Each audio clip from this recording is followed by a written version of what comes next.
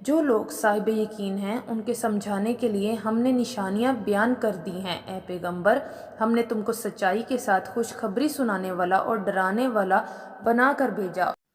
اور اہل دوزخ کے بارے میں تم سے کچھ پرسش نہیں ہوگی، اور تم سے نہ تو یہودی کچھ کبھی خوش ہوں گے اور نہ عیسائی، یہاں تک کہ ان کے مذہب کی پیروی اختیار کر لو۔ ان سے کہہ دو کہ اللہ کی ہدایت یعنی دین اسلام ہی ہدایت ہے، اور اے پیغمبر، تم اپنے پاس علم یعنی وحی الہی کے آ جانے پر ان کی خواہشوں پر چلو گے تو تم کو اللہ کی پکڑ سے بچانے والا نہ کوئی دوست ہوگا اور نہ کوئی مددگار۔ جن لوگوں کو ہم نے کتاب عنایت کی ہے وہ اس کو ایسا پڑھتے ہیں جیسا اس کے پڑھنے کا حق ہے، یہی لوگ اس پر ایمان رکھتے ہیں، اور جو اس کو نہیں مانتے وہی خسارہ پانے والے ہیں۔ اے بنی اسرائیل، میرے وہ احسان یاد کرو جو میں نے تم پر کیے، اور یہ کہ میں نے تم کو اہل عالم پر فضیلت بخشی، اور اس دن سے ڈرو جب کوئی شخص کسی شخص کے کچھ کام نہ آئے اور نہ اس سے بدلہ قبول کیا جائے، اور نہ اس کو کسی کی سفارش کچھ فائدہ دے، اور نہ لوگوں کو کسی اور طرح کی مدد مل سکے گی۔ اور جب ابراہیم کی اس کے پروردگار نے چند باتوں میں آزمائش کی تو وہ ان میں پورے اترے۔ فرمایا کہ میں تم کو لوگوں کا پیشوا بنواؤں گا، اور انہوں نے کہا کہ پروردگار میری اولاد میں سے بھی پیشوا بنائیو۔ فرمایا کہ میرا قول و قرار ظالموں کے لیے نہیں ہوا کرتا۔ اور جب ہم نے خانہ کعبہ کو لوگوں کے لیے جمع ہونے اور امن پانے کی جگہ مقرر کیا اور حکم دیا کہ جس مقام پر ابراہیم کھڑے ہوتے تھے اس کو نماز کی جگہ بنا لو، اور ابراہیم اور اسماعیل کو حکم بھیجا کہ طواف کرنے والوں اور اعتکاف کرنے والوں اور رکوع کرنے والوں اور سجدہ کرنے والوں کے لیے میرے گھر کو پاک صاف رکھا کرو۔ اور جب ابراہیم نے دعا کی کہ اے پروردگار، اس جگہ کو امن کا شہر بنا، اور اس کے رہنے والوں میں سے جو اللہ پر اور روز آخر پر ایمان لائے اور ان کے کھانے کو میوے عطا فرما، تو اللہ نے فرمایا کہ جو کافر ہوگا میں اس کو بھی کچھ مدت تک سامان زندگی دوں گا، مگر اس کو عذاب دوزخ کے بھگتنے ہوں گے، اس لیے میں اتنا ان کو مجبور کر دوں گا کہ وہ بری جگہ ہے۔ اور جب ابراہیم اور اسماعیل بیت اللہ کی بنیادیں اونچی کر رہے تھے تو دعا کرنے کیے جاتے تھے کہ اے پروردگار، ہم سے یہ خدمت قبول فرما، بے شک تو سننے والا ہے، جاننے والا ہے۔ اے پروردگار، ہم کو اپنا فرما بردار بنائیے رکھو، اور ہماری اولاد میں سے بھی ایک گروہ کو اپنا حکم بردار بنائیو۔ اور پروردگار، ہمیں ہمارے طریقے عبادت بتا اور ہمارے حال پر رحم کے ساتھ توجہ فرما، بے شک تو ہی توجہ فرمانے والا ہے، مہربان ہے۔ اے پروردگار، ان لوگوں میں انہی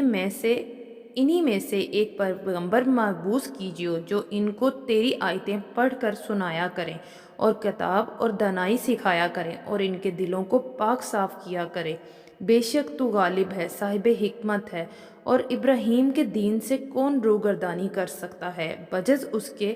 جو نہایت نادان ہو۔ اور ہم نے ان کو دنیا میں ہی منتخب کیا تھا اور آخرت میں بھی وہ نیک لوگوں میں ہوں گے۔ جب ان سے ان کے پروردگار نے فرمایا کہ میرے فرما بردار ہو جاؤ تو انہوں نے عرض کی کہ میں رب العالمین کا فرما بردار ہو گیا۔ اور ابراہیم نے اپنے بیٹوں کو اسی بات کی وصیت کی، اور یعقوب نے بھی اپنے فرزندوں سے یہی کہا کہ اے میرے بیٹو، اللہ نے تمہارے لیے یہی دین پسند فرمایا ہے، تو مرنا تو مسلمان ہی مرنا۔ جس وقت یعقوب وفات پانے لگے تو کیا تم اس وقت موجود تھے جب انہوں نے اپنے بیٹوں سے پوچھا کہ میرے بعد تم کس کی عبادت کرو گے؟ تو انہوں نے کہا کہ آپ کے معبود اور آپ کے باپ دادا ابراہیم اور اسماعیل اور اسحاق کے معبود کی عبادت کریں گے، جو معبود یکتا ہے، اور ہم اسی کے حکم بردار ہیں۔ یہ جماعت گزر چکی، ان کو ان کے اعمال کا بدلہ ملے گا، اور تم کو تمہارے اعمال کا، اور جو عمل وہ کرتے تھے ان کی پرسش تم سے نہیں ہوگی۔ اور یہودی اور عیسائی کہتے ہیں کہ یہودی یا عیسائی ہو جاؤ تو سیدھے رستے لگ جاؤ گے۔ اے پیغمبر، ان سے کہہ دو نہیں، بلکہ ہم دین ابراہیم اختیار کیے ہوئے ہیں جو ایک اللہ کے ہو رہے تھے اور مشرکوں میں سے نہ تھے۔ مسلمانوں، کہو کہ ہم اللہ پر ایمان لائے اور جو کتاب ہم پر اتری اس پر، اور جو صحیفے ابراہیم اور اسماعیل اور اسحاق اور یعقوب اور ان کی اولاد پر نازل ہوئے ان پر اور جو کتابیں موسیٰ اور عیسیٰ کو عطا ہوئیں ان پر اور جو دوسرے پیغمبروں کو ان کے پروردگار کی طرف سے ملی ان پر سب پر ایمان لائے۔ ہم ان پیغمبروں میں سے کسی میں کچھ فرق نہیں کرتے اور ہم اسی معبود واحد کے فرما بردار ہیں۔ پھر اگر یہ لوگ بھی اس طرح ایمان لے آئیں جس طرح تم ایمان لے آئے ہو تو ہدایت یاب ہو جائیں گے، اور اگر منہ پھیر لیں اور نہ مانیں تو وہ تمہارے مخالف ہیں، اور ان کے مقابلے میں تمہیں اللہ کافی ہے اور وہ سننے والا ہے، جاننے والا ہے۔ کہہ دو کہ ہم نے اللہ کا رنگ اختیار کر لیا ہے، اور اللہ سے بہتر رنگ کس کا ہو سکتا ہے، اور ہم اس کی عبادت کرنے والے ہیں۔ ان سے کہو کیا تم اللہ کے بارے میں ہم سے جھگڑتے ہو؟ حالانکہ وہی ہمارا اور تمہارا پروردگار ہے، اور ہم کو ہمارے اعمال کا بدلہ ملے گا اور تم کو تمہارے اعمال کا، اور ہم خاص اسی کی عبادت کرنے والے ہیں۔ اے یہود نصارہ، کیا تم اس بات کے قائل ہو کہ ابراہیم اور اسماعیل اور اسحاق اور یعقوب اور ان کی اولاد یہودی یا عیسائی تھے؟ اے پیغمبر، ان سے کہو کہ بھلا تم زیادہ جانتے ہو یا اللہ؟ اور اس سے بڑھ کر ظالم کون جو اللہ کی شہادت کو جو اس کے پاس کتاب میں موجود ہے چھپائے، اور جو کچھ تم لوگ کر رہے ہو اس سے غافل نہیں؟ یہ انبیاء کی جماعت گزر چکی، ان کو وہ ملے گا جو انہوں نے کیا، اور تم کو وہ جو تم نے کیا، اور جو عمل وہ کرتے تھے ان کی پرسش تم سے نہیں ہوگی۔ احمق لوگ کہیں گے کہ مسلمان جس قبلے پر پہلے سے چلے آتے تھے اب اس سے کیوں منہ پھیر بیٹھے ہیں؟ تم کہہ دو کہ مشرق اور مغرب سب اللہ ہی کا ہے، وہ جس کو چاہتا ہے سیدھے رستے پر چلاتا ہے، اور اس طرح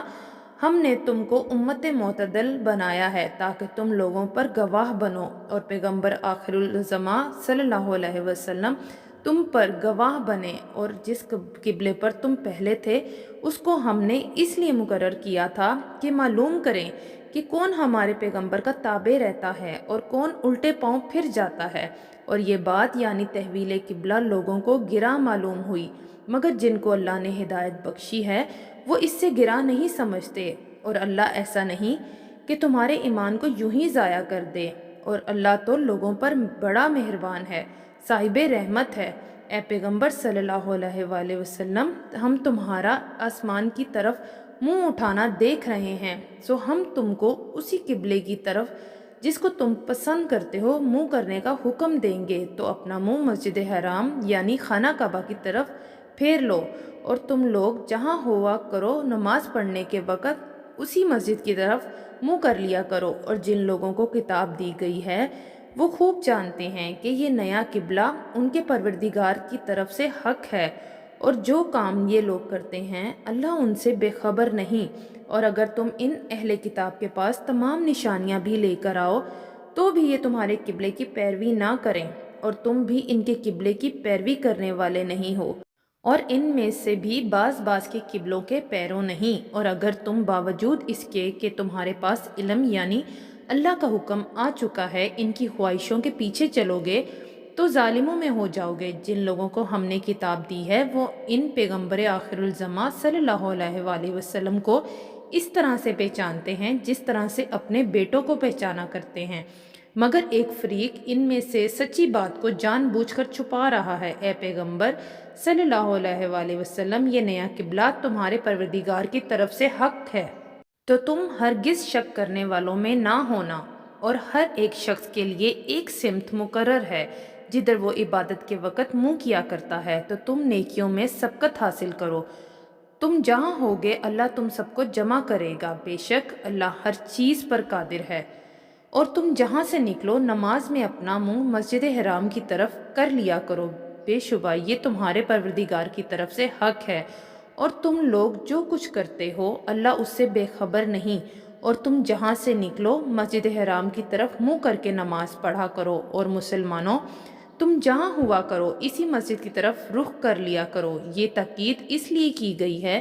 کہ لوگ تم کو کسی طرح کا الزام نہ دے سکیں، مگر ان میں سے جو ظالم ہیں وہ الزام دیں تو دیں، سو ان سے مت ڈرنا اور مجھی سے ڈرتے رہنا، اور یہ بھی مقصود ہے کہ میں تم کو اپنی